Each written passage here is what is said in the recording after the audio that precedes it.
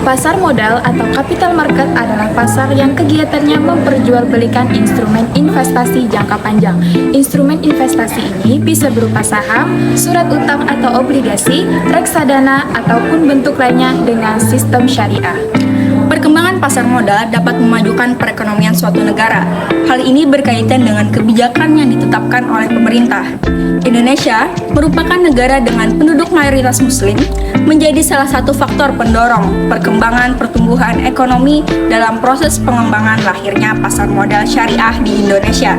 Prinsip pasar modal syariah berdasarkan Fatwa DSN MUI nomor 80 tahun 2011, prinsip pasar modal syariah tidak boleh mengandung aktivitas seperti yang pertama, tadlis.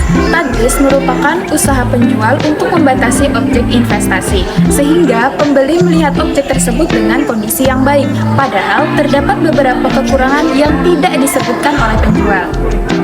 Yang kedua adalah tagrir.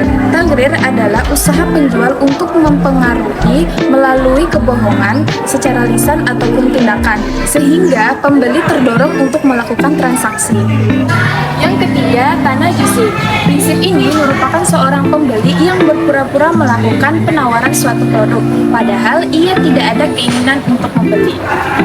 Yang keempat adalah ihtikar. Ihtikar adalah kegiatan menimbun yang dilakukan oleh penjual, sehingga ketika produk tersebut langka, ia dapat menjualnya dengan harga yang lebih tinggi. Yang kelima, gishishi. Gishishi adalah strategi penjual dengan menyembunyikan kondisi negatif atau tidak normal suatu barang kepada pembeli, sehingga produk yang dipaparkan hanya dari segi keunggulannya saja. Yang keenam adalah gaben. Gaben merupakan penipuan yang dilakukan penjual di mana produk yang ditukar atau dibeli tidak sesuai dengan akad transaksi. Yang ketujuh adalah bai al-makdum. Bai al-makdum adalah jual beli di mana tidak ada produk atau objeknya, sehingga penjual menjual barang yang belum dimilikinya. Dan yang terakhir adalah riba. Riba adalah tambahan biaya yang dibebankan penjual kepada pembeli atas pokok pinjaman berupa bunga, sehingga hanya menguntungkan pihak penjualnya saja. Instrumen pasar modal syariah. Yang pertama ada saham syariah. Terdapat dua jenis saham syariah yang diakui di pasar modal Indonesia. Yang pertama, saham yang memenuhi kriteria seleksi saham syariah berdasarkan peraturan OJK nomor 35/PJOK.04/2017 tentang kriteria dan penerbitan daftar efek syariah. Yang kedua, saham yang dicatatkan sebagai saham syariah oleh emiten atau perusahaan publik syariah berdasarkan peraturan OJK nomor 17/PJOK.04/2015.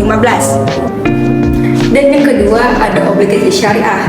Obligasi syariah adalah bukti tanda hutang yang ditanggung oleh emiten dan harus dibayarkan beserta pajaknya pada saat jatuh tempo. Tidak semua emiten bisa menciptakan obligasi syariah. Yang ketiga ada reksadana syariah. Reksadana syariah adalah satu wadah investasi kolektif yang dikelola oleh manajer investasi dengan cara menginvestasikan dana yang dikelolanya ke dalam suatu perdagangan saham, sukuk, atau instrumen syariah lainnya yang ada di dalam maupun di luar negeri. Yang keempat, aset syariah. Aset syariah adalah efek yang diterbitkan oleh kontrak investasi kolektif IBS syariah yang portofolionya terdiri dari aset keuangan. Aset keuangan ini merupakan tagihan yang timbul dari harga komersial, tagihan yang timbul di kemudian hari, jual beli kepemilikan aset fisik oleh lembaga keuangan, efek yang bersifat investasi yang dijamin oleh pemerintah, sarana peningkatan investasi atau arus kas, atau aset keuangan setara. Yang kelima, waran syariah. Waran syariah adalah efek yang diterbitkan oleh emiten atau perusahaan yang memberikan hak kepada pemegang efek yang termasuk dalam daftar efek syariah untuk memesan saham dari emiten pada harga tertentu untuk jangka waktu 6 bulan atau lebih sejak diterbitkannya tersebut. Yang keenam, sukuk syariah. Sukuk syariah adalah bukti kepemilikan atau sertifikat yang bernilai sama dan mewakili bagian yang tidak terpisahkan atau tidak ada aset yang mendasarinya atau underlying aset. Nah, itu tadi penjelasan mengenai seputar instrumen pasar modal syariah. See you next month!